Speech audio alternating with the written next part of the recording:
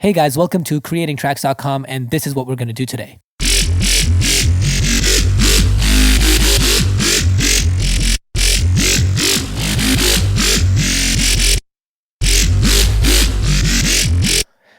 Okay, cool. So let's get into Massive and go to our File tab, New Sound.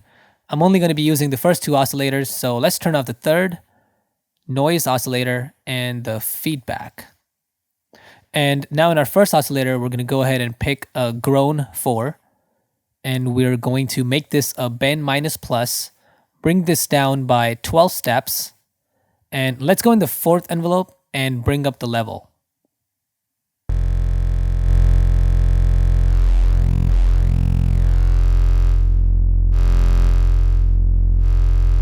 All right, so in our second oscillator, let's pick an AI and make this a bend minus plus as well. Raise our amp and bring this down by 12 half steps and check it out.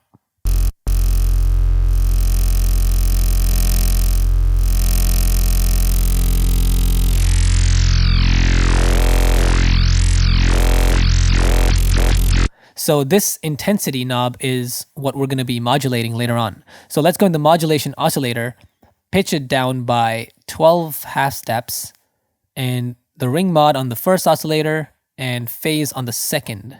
And then we can go to the ring mod, bring this up to about 12 o'clock, and the phase we want to increase just a tiny bit. So till about there is fine. And then we can go in our inserts. So let's go ahead and pick a parabolic shaper for the first one and a hard clipper for the second one. And we're going to bring their drives up to about 11 o'clock and their wet levels to about 11 o'clock as well.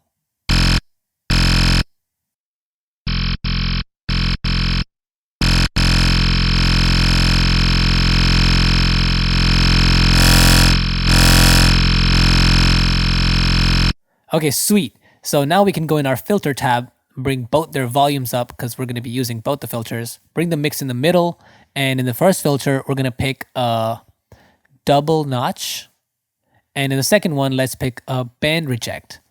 And let's bring their resonances up to about 12 o'clock. And in the band reject, I'm going to bring the bandwidth and the cutoff to about 2 o'clock. And now we can start messing with our cutoff over here.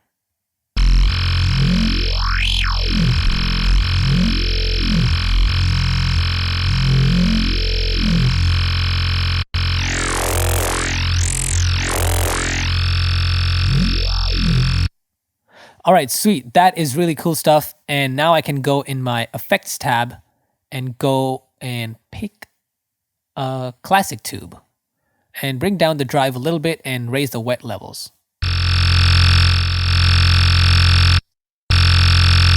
So that just makes it a bit heavier. And now I can grab something like a reverb, or actually a dimension expander. And let's bring the size down and mess with the dry wet.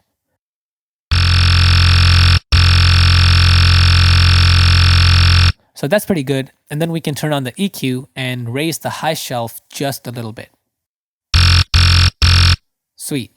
All right, now let's go in our voicing tab over here and make this 4 voices, change this to mono rotate, and turn on the pitch cutoff and the pan position. And we're gonna bring up the pitch cutoff just till about here, till you see one line to the left. And then we can change the pan position to make it wider.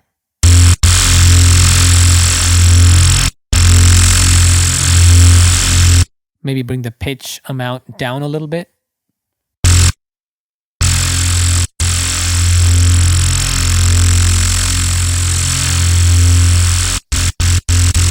Okay, really, really cool stuff. And now we can start putting LFOs on our knobs. So I'm gonna go to the 5 LFO. And instead of using the standard LFO, we can go to this drop-down arrow and select a performer. And this performer might look really complicated, but it's really not. And first, let's go ahead and sync our LFO and raise this up to 8. And then we have all these different curves over here that we can click and do a bunch of different things to. So I'm going to bring them back to their default position, grab the 5 perf, and put that on my cutoff over here and raise it. And then you're going to see or hear this kind of rhythm over here.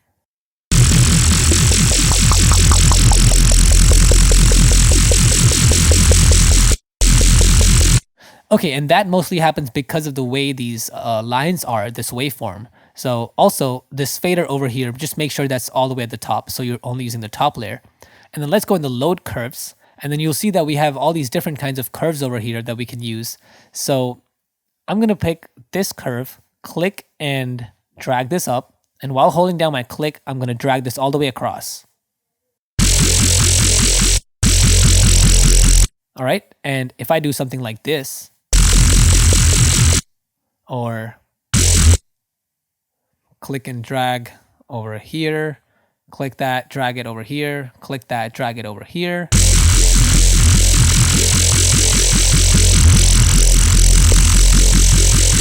Okay, so now that we know what this performance LFO does, we're going to click and drag this to our intensity and bring that down.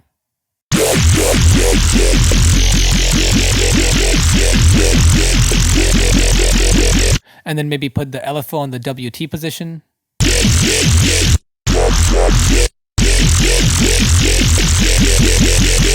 And you can maybe put that on your cutoff over here.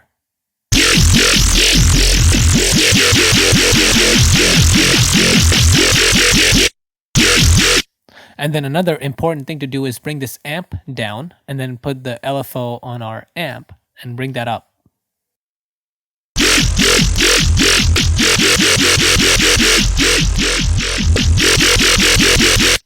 And we can also get a lot of different cool effects by moving this over here. So check it out.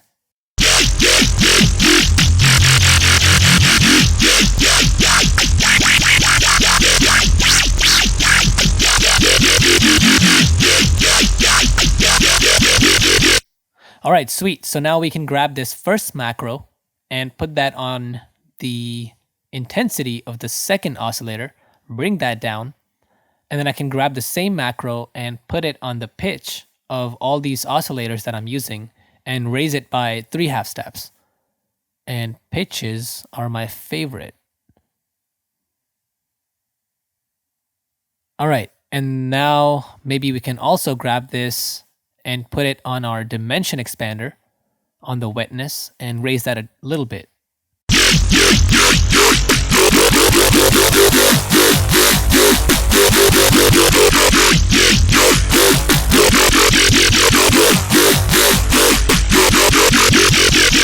And if you want to change the rhythm, you can go into load curves and pick some different kind of curves. So I can click and drag this over here, maybe grab the same one or something like that, and just something random and give it a different kind of rhythm.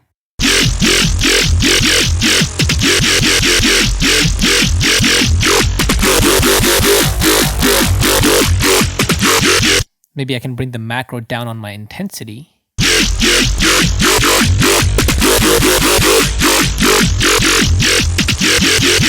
Alright guys, I hope you enjoyed this tutorial and definitely stay tuned for more until next week. Peace.